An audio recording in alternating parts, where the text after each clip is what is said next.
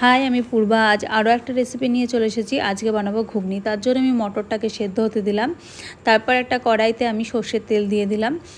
ওই তেলের মধ্যেই আমি দিয়ে দেবো তেজপাতা, শুকনো লঙ্কা, গোটা গরম মশলা, 5 ফোড়ন আর কয়েকটা কারি পাতা। তারপর ফোড়নটাকে আমি কয়েকটা সেকেন্ডের জন্য আমি একটুখানি নাড়িয়ে নেব, যেন একটু ভাজা ভাজা হয়ে আসে। তারপর আমি অ্যাড করলাম একটুখানি হিংটা দিয়ে আমি আরও কিছুক্ষণ নাড়িয়ে আমি দিয়ে দিলাম বাটা মশলা। এর মধ্যে আছে পেঁয়াজ বাটা, আদা বাটা, কাঁচা লঙ্কা বাটা, তারপর স্বাদ মতো নুন আর হলুদ দিয়ে দিলাম। দিয়ে কয়েকটা সেকেন্ড নাড়িয়ে এরপর আমি দিয়ে দেবো গুঁড়ো মশলাগুলো। দিয়ে দিচ্ছি জিরে গুঁড়ো, ধনের গুঁড়ো আর লাল লঙ্কা গুঁড়ো। গুঁড়ো মশলাগুলো দিয়ে আরও কয়েকটা সেকেন্ড নাড়িয়ে নেব। তারপর আমি অ্যাড করব সেদ্ধ করে রাখা কালো ছোলা, কাবলি ছোলা, মটর, আলু ও টমেটোটা দিয়ে আমি কয়েকটা মিনিট আমি আবার নাড়িয়ে নেব।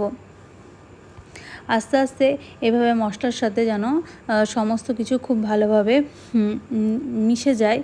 তারপর আমি দিয়ে দেবো একটুখানি গরম জল। গরম জলটা প্রয়োজন মতো দেবেন। দিয়ে আরও আমি কিছুক্ষণ সময়ের জন্য খুব ভালোভাবে ফুটতে দেবো, যেন সমস্ত কিছু খুব ভালোভাবে সেদ্ধ হয়ে আসে। এরপর আমি ঢাকা চাপা দিয়ে দিলাম। তারপর আমি স্বাদ মতো একটু নুন অ্যাড করছি। তো নুনটা দিয়ে তারপর আমি দিলাম 2 চেরা কাঁচা লঙ্কা, কুচি করে রাখা ধনেপাতাটা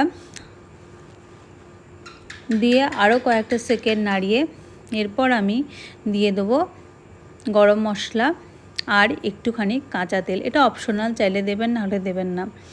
দিয়ে আরও কয়েকটা সেকেন্ডের জন্য নাড়িয়ে আজকে আমাদের রেসিপি ঘুগনি রেডি